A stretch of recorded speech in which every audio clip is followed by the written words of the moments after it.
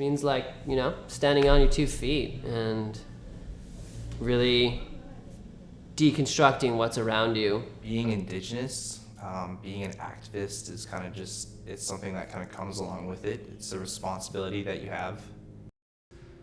And your voice to be heard, it's kind of just part of your lifestyle.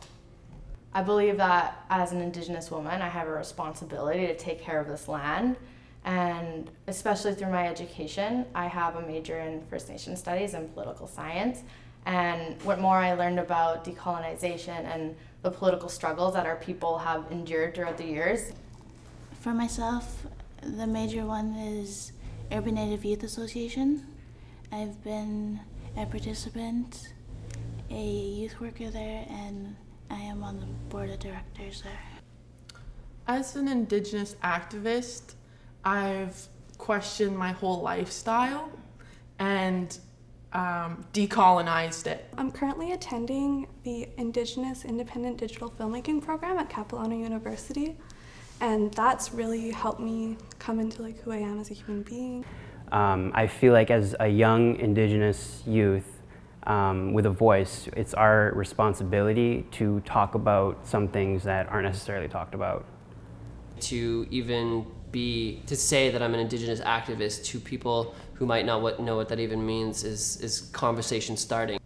When I moved to Vancouver, I started engaging in grassroots organizations. So Idle No More was incredibly empowering for me because it was the first time that I had seen that many Indigenous people in one place marching together. We learn everything from a First Nations point of view, and I think that that in itself is like decolonizing and stuff, and the decolonization is healing for First Nations people, I think.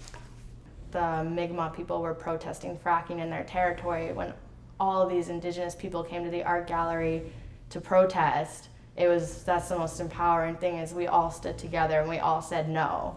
I'm living at a slower pace and trying to eat more locally and wear clothes that are more ethical.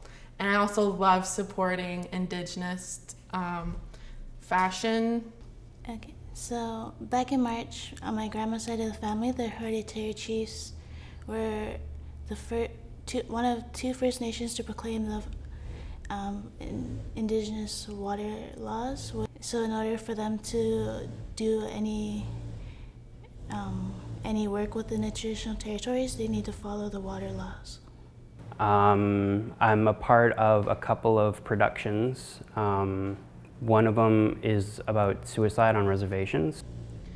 You know, school, even like how it doesn't share much about our history, like the truth of our residential schools. I'm also a part of another organization that helps at-risk youth in the Vancouver area. You know, it's an important time right now to be an Indigenous, you know, activist, because like the world needs it. When it comes to pipelines, the world is asking for all of those who need to stand up for it to stand up.